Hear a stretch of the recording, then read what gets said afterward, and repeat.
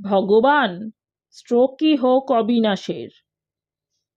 পক্ষাঘাত নয়, একেবারে চরম আঘাত, যাতে তার স্ত্রী পুত্র সকালে এসে কপালে করাঘাত করে বলতে পারে, পেট গরম বলে চলে গিয়ে কি ভুল করেছি কাল। বিশেষ করে শৈলবালা। সকালবেলা, কি গো, শরীর কেমন বলে কর্তব্য সারতে এসে যখন দেখবেন তার শাড়ি চুড়ি জন্মের শোধ খতম, তখন আবার একটা পৈশাচিক উল্লাস অনুভব করতে গেলেন, আবারও ব্যর্থ হলেন। অবিরল চোখের জলের ধারায় বালিশ ভিজতে লাগলো।